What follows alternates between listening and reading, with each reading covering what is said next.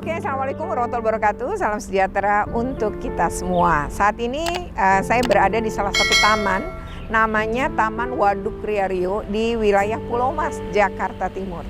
Di sini saya ingin membuat video tentang bagaimana mengatasi anak-anak kita ya jika memang kita ingin anak-anak kita itu nggak kecanduan gadget. Gadget ini kan sebenarnya bisa aja anak-anak itu ngelihat di komputer atau PC, bisa ke laptop, bisa juga ke handphone dan lain-lain lah ya. Jadi ini yang kemudian bagaimana cara kita mencegah, karena begitu anak memegang ini maka pintu masuk kecanduan game online dan pintu masuk kecanduan pornografi itu bisa terbuka. Nah untuk itu maka yang pertama adalah orang tua itu harus membuat memang aturan main. Satu ya, anak usia 13 tahun ke bawah dengan anak usia 13 tahun ke atas harusnya beda. Cara kita menerapkan aturan terhadap anak-anak yang kemudian menggunakan gadget tadi. Nah untuk yang pertama ya, misalnya saja untuk usia mungkin kalau kita itu 13 ke bawah ya, harusnya pada usia 13 tahun ke bawah anak-anak yang kemudian bahkan menurut saya sepanjang anak kita juga belum bisa cari uang gitu ya untuk ngisi pulsa ataupun juga membeli gadget, maka sebenarnya gadget itu adalah dipinjamkan, bukan hadiah gitu ya. Jadi kita pinjamkan. Yang pertama, kalau kita sudah mulai memberikan gadget kepada anak-anak kita, maka harus ada aturan main yang kita buat. Satu ya, jadwal.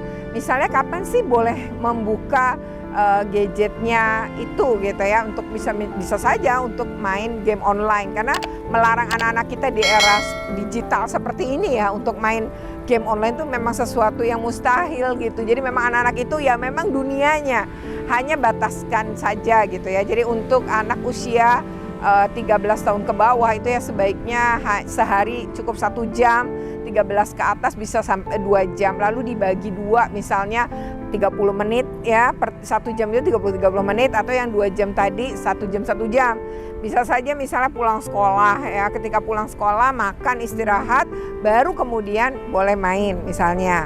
Nah lalu boleh aja bonus jika misalnya anak-anak kita mendapatkan prestasi ya, bisa saja menang lomba apa, atau juga misalnya mendapat nilai yang mencapai angka yang misalnya sempurna gitu ya, bisa 10 gitu, atau terjadi peningkatan, maka bisa aja diberi tambahan waktu 1 jam untuk bermain gadget, boleh aja sih ya. Dan dibuat jadwalnya tadi harus jelas, misalnya Sabtu Minggu jangan dari pagi sampai sore, tapi ada jadwal yang jelas berapa jam. Nah sisanya ya untuk aktivitas lain. Jadi yang kedua adalah bantu anak kita ya. Jadi selain membuat aturan, yang kedua adalah bantu anak kita untuk menyibukkan diri. Dengan cara apa?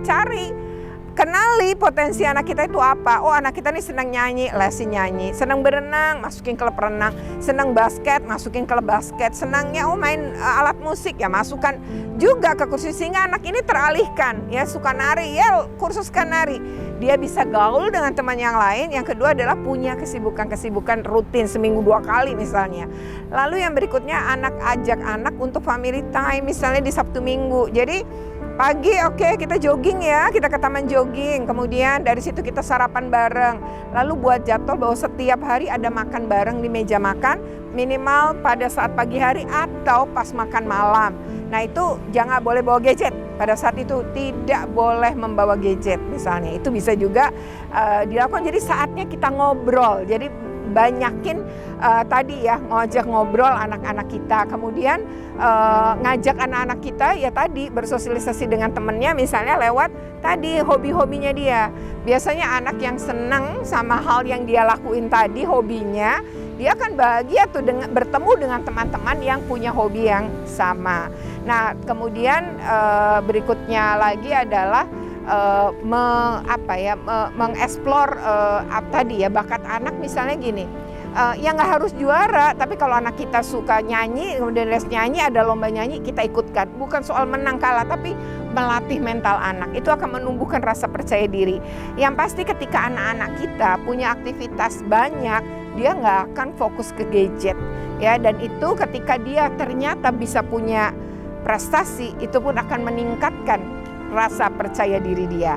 Nah, yang terakhir ya, memang aturan yang dibuat itu harus disosialisasikan ke anak, dibuat bareng-bareng sama anak. Satu lagi, harus ada penegakan sanksi ketika ada pelanggaran. Termasuk orang tuanya juga harus patuh. Jadi kalau anak-anak nggak boleh lagi pegang gadget pada jam 9 malam, orang tuanya juga gitu. Itu penting karena role model ya. Jadi orang tua mencontohkan yang sama itu menjadi